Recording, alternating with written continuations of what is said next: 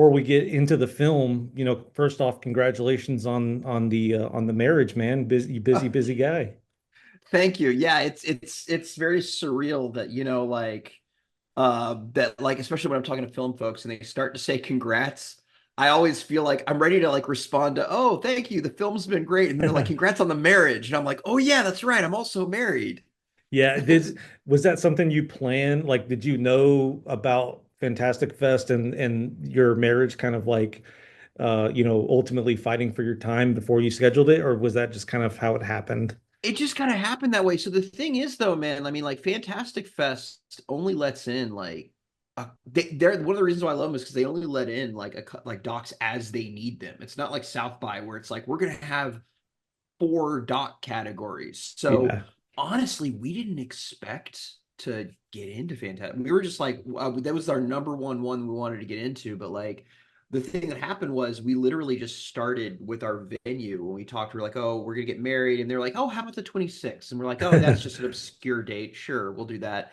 And then I got contacted from the Fantastic folks pretty early on, back in like May, and they were like, "Yeah, we want you to premiere here." And I was like, "When's it again?" And they're like 18th through the 25th, and I was like, "Wow, that is a cosmic coincidence right there." Yeah, definitely serendipitous. Uh, But at the same time, with this film, it has been described as like a decade in the making documentary. So you could probably kind of say the same probably about your marriage. There's probably a lot of time invested in both. oh Um, yeah. jumping right into this, man, what drew you to the world of Austin's public access television? Like, I will say that like this film was kind of made for me because I scour for this stuff. Like I'm the I guy can that tell. I can yeah. see the video program VHS behind you. Yeah. Yeah, there's so much like that's like I labeled myself like I'm the guy that buys the blank tapes, just to see if I can find something weird on there. Hmm.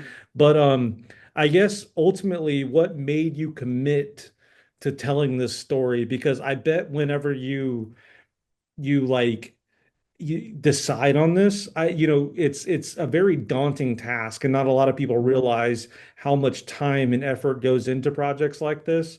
Because Absolutely. I would love to do something like this myself, but at the same time, it's like I just look at that commitment and I'm just like, no. But how did it start for you, man? Absolutely.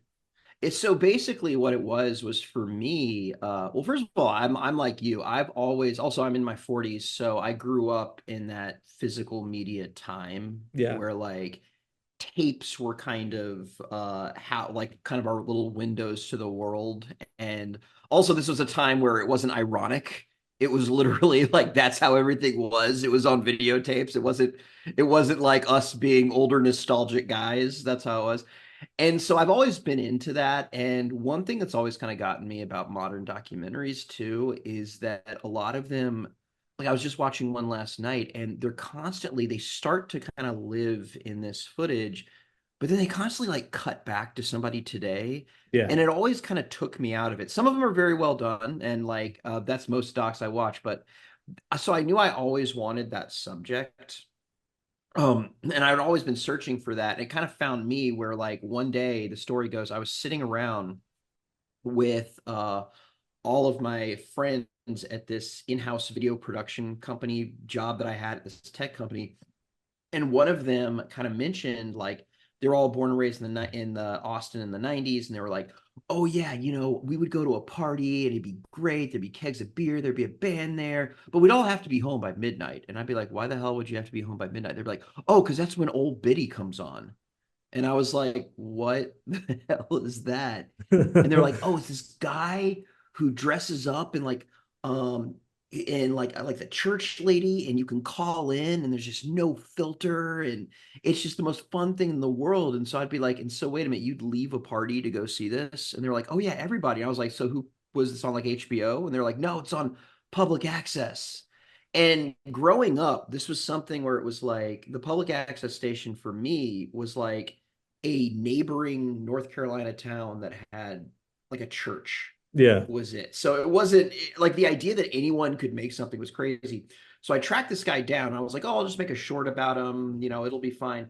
And he was kind of like, well, if you like what I did, there was another guy who was a banana drag queen.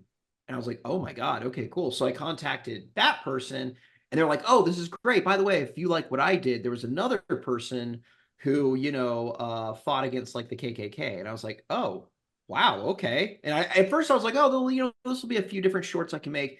And then after a while, they just kept passing it on and on. And every person that I met was also like, oh, by the way, yes, I did this. Oh, and here's a whole big box of videotapes. Yeah. And so after a while, it kind of ballooned into like, oh, wow, I've hit some sort of vein here that no one else is really telling this story with a lot of these things. And so I mean, that kind of set me on that path. And then it was 10 years of while I'm working other jobs, kind of whittling this down and saying, how are we going to concentrate here? How are we going to concentrate here? But that was kind of the ethos of everything. Yeah, yeah, that kind of makes sense. And that's kind of a cool way to tell that story because I was trying to imagine how it happened, and that makes perfect sense to me. Living in the VHS world, that's kind of how it happens. One person hears you collect, and then you just get boxes and boxes and boxes of shit, Random stuff. essentially. Yeah, yeah. And growing up, I was a big fan of public access television. I remember flipping through the channels and finding just random stuff, and that's why I think really spoke to me about this film is whenever you're digging through these archives, was there anything specifically, outside of the film or like anything that surprised you most about what you found? Because there's a lot to unpack, and I'm kind Mhm. of curious as to like what struck you the most. Well, for me, like a big thing was it's kind of funny because I kind of knew that I mean, 'cause, like literally every time I'd press play on the tape, I'd find something that I was like, oh my God, this is incredible. This is Yeah. amazing. This is somebody gave me a tape of stuff and it was like it's like a trans woman, a trans sex worker being interviewed in 1976. Like, and it'd be something absolutely like, holy crap, I want this. So what I started doing was basically, I didn't even market it. Just whenever I found something that I thought was really, really good, but maybe isn't going to be in the film, I would put it on my YouTube page. I would just Yeah. throw it up there. I wouldn't even again, I wouldn't even market it. And before I knew it, like AV Club was writing about it, IndieWire was writing about it and stuff. But that's to say that there were lots of things that I saw that would I'd kind of flag down as being like the world needs to see this. This can't just exist within my brain. But there was always that, like you said, there was always that kind of divide of I'm making a 90-minute film. It Yeah. ended up being like 93 minutes. Is this going to make it in there? So I mean, what I really did was I kind of kept this receptacle, which I still have of in Premiere of like I mean, at this point, it's like 200 clips of just stuff that is just like this is miraculous. And it got to the point also where when we were making the film, we were getting money from the city of Austin through their cultural arts grant. And what it is it would be art projects that increase tourism of the city. But in order to do that, you'd get funding. I mean, in order to get that funding, you'd have to have a free event. So like if your funding was for painting a mural, the event would be like the unveiling of the mural. Yeah. And so for us, we were like, well, we don't necessarily want to we can't show the movie yet and the movie's not done. So we just started showing all of these clips that we found. We just would have a clip show and the people who made them would come and it'd be like 300 people. We'd all just laugh our asses off. And it was just so much fun. And the goal has always been to circle back to your question, was there anything that really hit me in that time? Yes, there's lots of stuff. And the goal has always been how do we find these alternative ways to get it out? I mean, every ounce of activism you can think of, like 1992, the what do you call it, the Rodney King beating. There Yeah. was people talking about that. OJ Simpson. I have a great video of of a giant supportive parade for Lance Armstrong where everyone is coming through the streets, and then at the end Governor George W. Bush gives him like a he presents George W. Bush with like a Live Strong jersey, and he's like, "This is what Texas is all about. And I'm like, oh my God, it's just layers upon layers of irony. So yeah, lots of stuff has touched me. And even to this day, we're still kind of just putting it out there, even just for fun outside of the movie. Yeah, yeah, I was kind of digging into your YouTube as well, and I there's so many clips that you could literally spend time with not only the movie but the channel. And I think that the introduction or like how you kind of do the intro of the film is perfect in a way because it is these like little clips. And I love the one of the little boy where he's like, "My mom's gonna watch this. She's always watching TV," because that felt so real and grounded, and it's like introducing you to this world that you might not be aware of. And it was just kind of a unique way in storytelling that I'm not really used to. And you kind of hit the nail on the head earlier Oh, thank you. about with documentaries, you get this like lo-fi raw footage, and then you cut back to like a modern talking head. And Mhm. with this, it's not that. And I thought that that was really neat. It kind of added to the charm of the film, and the way like it. I guess what I'm trying to say is it didn't really degrade the story. In a way, it kind of encapsulated it in a new way. Um, so while you are showcasing, this old footage, there's like a new spin on it that's really neat, and it's just not a way of storytelling that I'm used to. How did Oh. you kind of get to that point, and ultimately, how did you kind of balance that lo-fi and raw charm that I really think that is projected from beginning to end with this film? Wow. Well, first of all, dude, I had no idea how much of like a tape head you were, which makes this conversation so cool. Like the Yeah, second I I've sat just been behind you, busy. I was like, wow, cool. Yeah, you're exactly where I am. So like the thing is like right before around the time I started working on this is I worked for 3 years as a staff editor over at Rooster Teeth here in Austin. Gotcha. And when I was there, I did a lot of nonfiction stuff, and a lot of the nonfiction stuff that they would do would be web based. So it would be that traditional talking head stuff. And I learned how to do that very, very effectively, where I would be doing more stuff for the internet that would be pretty much driven by talking heads. Yeah, yeah. And so that's kind of how it started is literally like I have a trailer for it that I made like 8 years ago where it's nothing but like talking heads being like, wow, it was great. And and that's what I started to do, but in the back of my mind, I just kind of always knew that something was missing. It was like it doesn't need a gimmick, but it needs something stylistically unique to it. Like, because a lot of documentaries need to do that. Yeah. Like if you go on Netflix and you watch true crime stuff where like you need a person talking because you don't constantly have footage of what happened. So it's kind of a crutch. I started to notice gradually that everything they were describing, I had footage of everything. Like it was like they'd be like, "Oh, this Carmen Banana," be like, "There was this time where I started dancing to this song," and I'd find the tape, and so I gradually started cutting it out over time to where we were relying a little bit more heavily on the footage. And then one day, it was really, I think it was a mutual decision with my producer and I. We just kind of said, um, let's just try and not show talking heads. This is going to be really difficult to do because some documentaries that try and do this, you get confused if you have narration over who's speaking. So let's just try this thing where whenever we have somebody speaking, we're going to ground it by showing like a video of them when they were young, Yep. And so let's try something like that. And my producer is like my sanity with this because she's my co-writer too and producer, and I need her. We kind of need each other because like the thing is though, we come up with a lot of ideas and we need another person that we trust to kind of ground us. And so in the back of my head, I was kind of hoping that she wasn't going to come back to me and say like, John, I don't think this is working. And she never did. It was one of those things where we just kept doing it.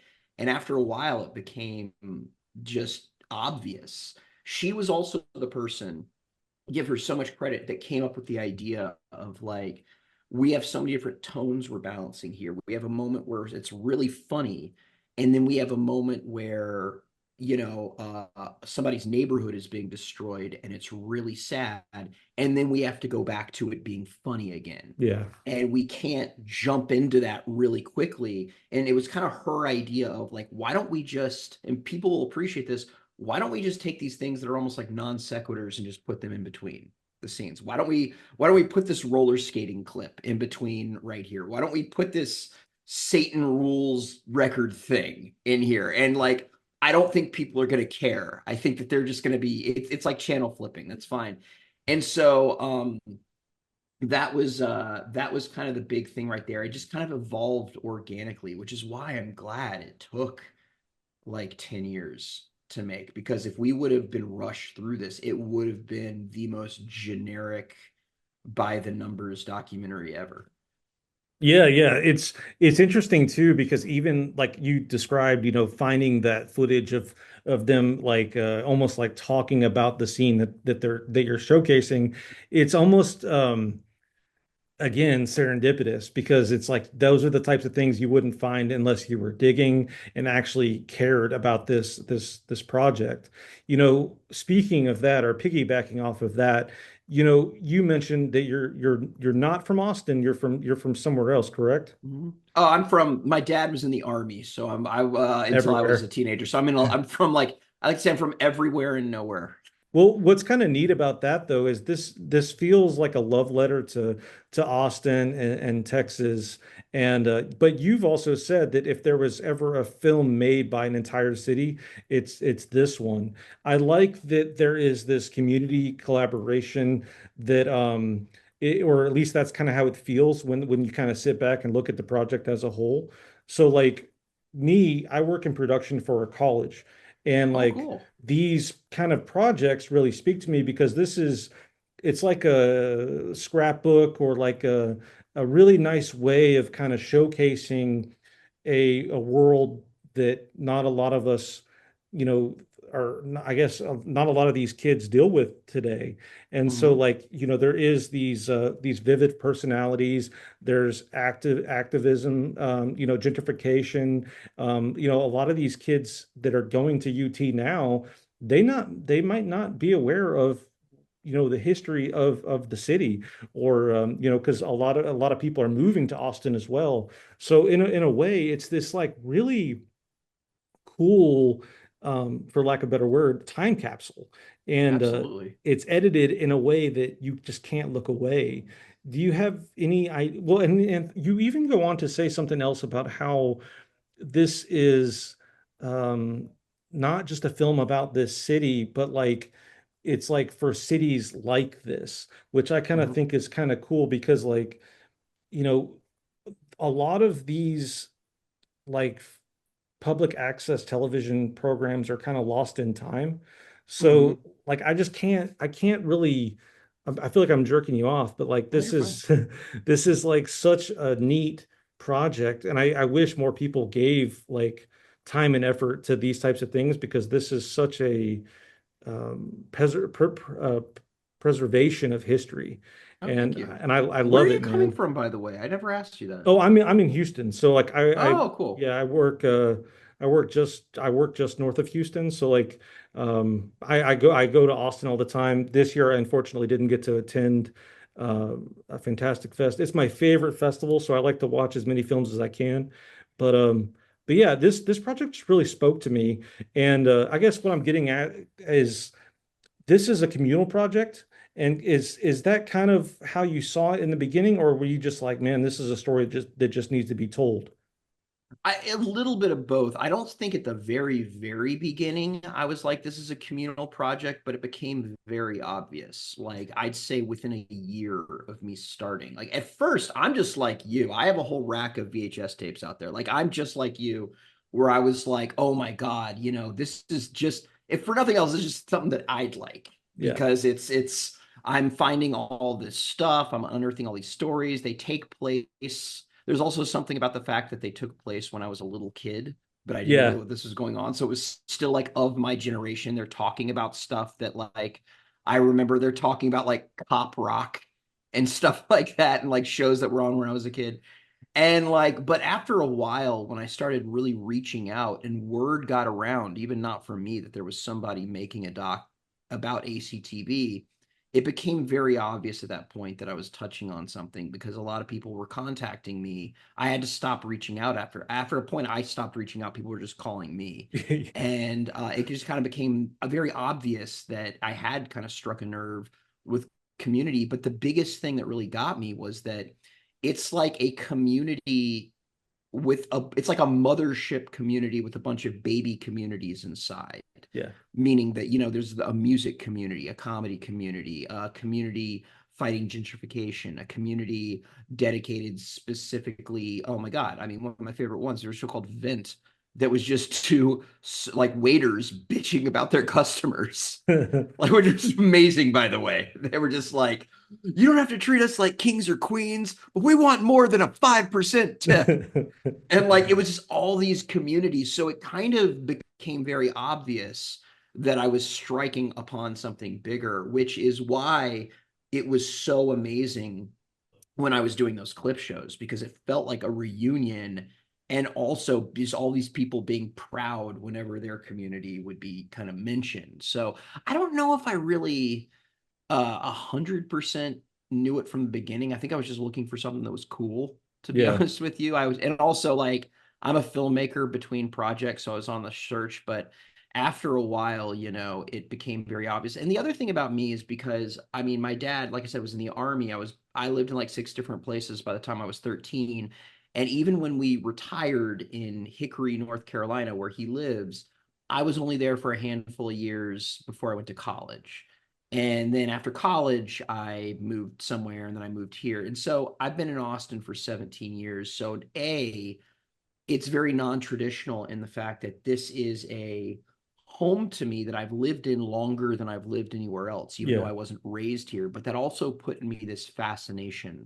I've always had this fascination of the concept of like a real stable, this is where I grew up community, because I never really had that. And so I think in the back of my head, that was another kind of thing that kind of fueled that community aspect. And then to premiere at Fantastic Fest, man, that has to be like such a huge moment. Looking back at the long journey to get to that point, was there a moment that made you feel like, yeah, this is why we worked so hard, or that's why this film was made?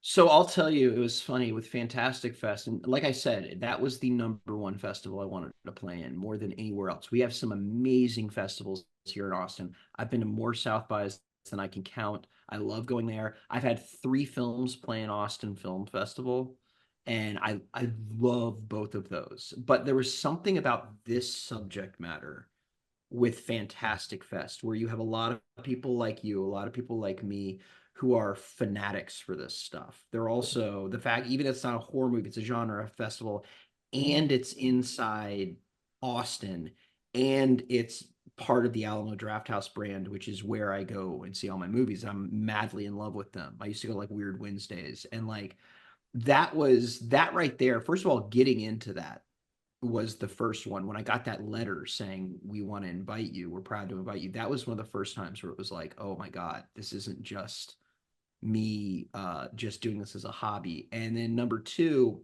when when we showed the movie on September 19th, I'll never forget this. First of all, I made the mistake of, it's Fantastic Fest, of staying out a little too late the day before. Oh yeah. Even though we had a press screening at 8 a.m., I was so like, it was the first Fantastic Fest I'd ever been to. And I was so like enraptured by like, wow, look at this. And they have free drinks and da da da da da. And my fiance the entire time was like pulling on my shirt, like, John, you really need to get home and get some sleep. But I was like, no, it's worth it. And I woke up the next day and went to my press screening just to gauge the reaction. And so I was running on pure adrenaline when the film started. And, we sold out this theater and it was amazing. And there were people that were, in a standby line trying to get in. I had a couple of students, I'm a college professor, that actually came and stood in the standby line and were let in. And then when we had the actual premiere, it went over so well. Everyone laughed at every beat. Everybody reacted to every beat. Everybody stayed for the Q&A. It was absolutely amazing. but then when it was done, I remember going to the Alamo Draft going to the highball and sitting in a booth just with a beer in front of me. And literally, if you ever watch like a Stanley Kubrick movie, I just did this. Yeah. Like, like the The Full Kubrick Metal stare. Jacket, Yeah. the stare, because all my adrenaline drained from my body. And it was a combination of being so sleep deprived, it was insane. And also just the realization that this just happened. This premiere that I kind of fantasized about um, for years and years just happened. And it manifested itself into reality. And also that, my world premiere that I've been dreaming about was kind of out of the way. And then reality kind of hit me. And that was good. I went home pretty soon after that and fell asleep. But the rest of the festival, having people come up to me that were horror fans that were not there to watch this. They were there to watch like Black Phone 2. They Yeah, were there to yeah. watch The Strangers Chapter 2. They were there to watch The Secret Screens. Having these people come up to me and say, like, I loved your movie. Like your movie really spoke to me. Like I think that this is really wonderful. I did not come here to watch this, but this is exactly what I wanted to see. All of those moments collectively just formed this thing where it was like, holy shit, like this has actually happened. This is actually a real film that has spoken to people and is actually out there. So, I don't know, there were a number, I don't know if I'm answering your question. No, There were a totally. number of different moments like that where it just kind of manifested itself into wow. Yeah. Well, like I said earlier, with Fantastic Fest, I look forward to it every year and I discover projects like this. Like I went into this blind, believe it or not, and I enjoyed Mhm. every second of it. Oh, thank So you. kind of keeping that in mind, I want to end this kind of how I started this. Congratulations on on Oh, thank on you. on the on the film. And Mhm. John, yeah, I really have enjoyed, our conversation. I really appreciate your patience, getting to this Absolutely. point. But here at CineDump, we let the doers know how they're doing, and you are doing just fine. I Oh, wow. Thank you. I truly appreciate your time. I'm excited to see what you do next. But for now, I think that this is an amazing piece of film, and Oh, thank you. I think that audiences need to see this, and I'm going to do my best to spread the word.